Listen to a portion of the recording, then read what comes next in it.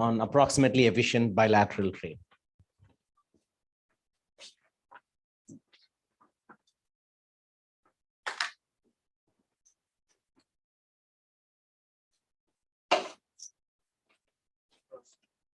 Can you hear me? So thank you for the introduction. I'm Kangning from, I got my PhD from DXCS, and I'm going to join Stanford theory group as a postdoc. So my research is mostly in computational economics, and more specifically in the areas of social choice auctions, market design, information design.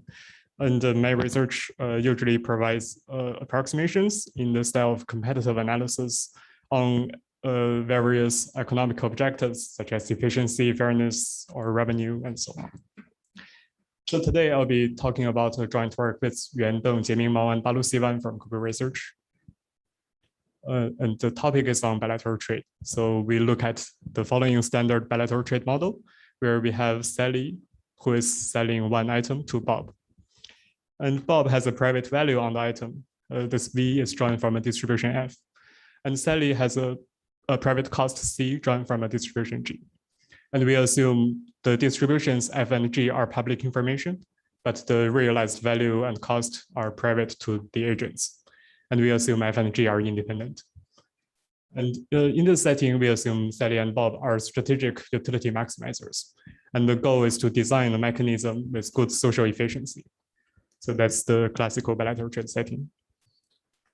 And the first question is, how do we measure efficiency? And it turns out there's a classical notion called goods from trade.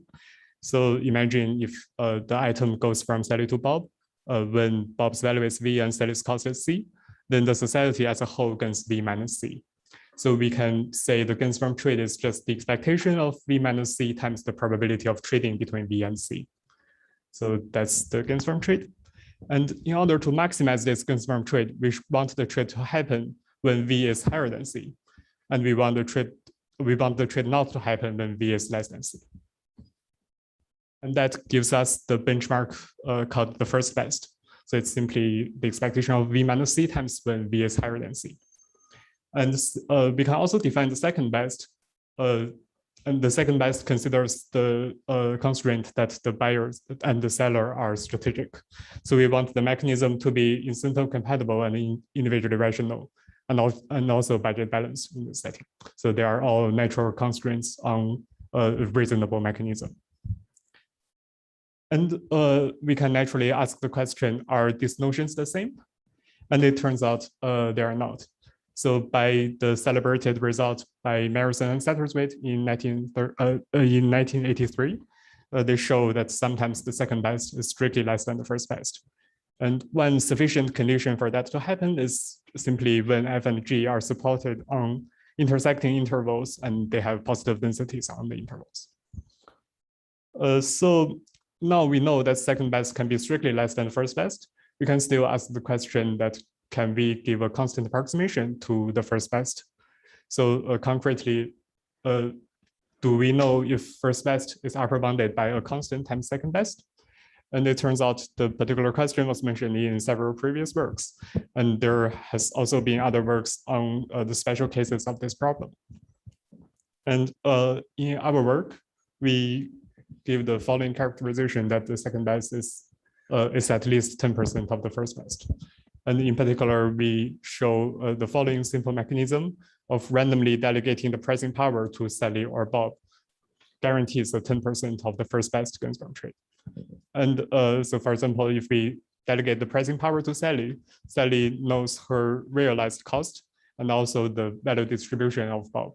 So she can set the price to maximize her profit in that case. So that's our result of this paper. And since I still have time, I'm going to talk about another interesting open question raised in my research. So we have N voters and M candidates, where each voter either likes or dislikes each candidate. And a solution is a committee consisting of a subset of candidates. And in our setting, a voter's utility on a committee is the number of candidates in that committee that she likes. So the number of elements in that subset that she likes. And the question is there always a set N committee so that for any K and any set K committee Q, so that there are at most K minus 1 voters strictly preferring Q to P. So my talk actually ends here, and we can take some time to for questions.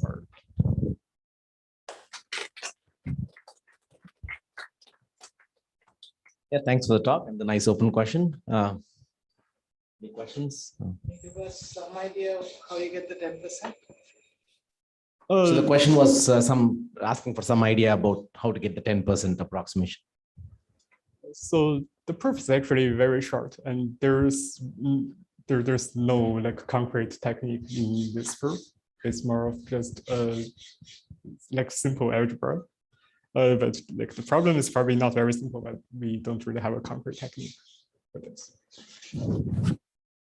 So, for example, you say randomly. Is that 50-50? Do you need to be smarter about it? You can do 50-50. Wow.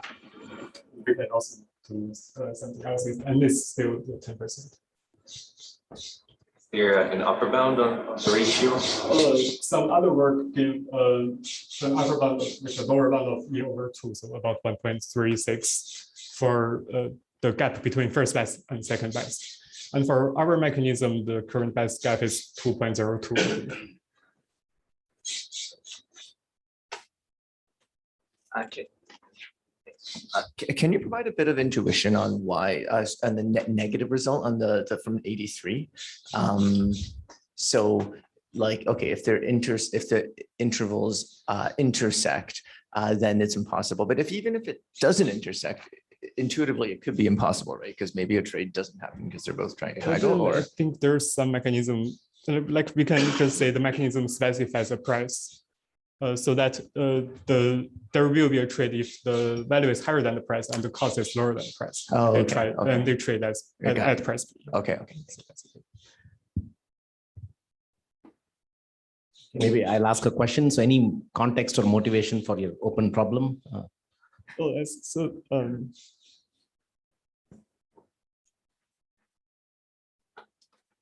The open problem is about fairness in the context of committee selection, like social choice. So it's related to the core in cooperative game theory.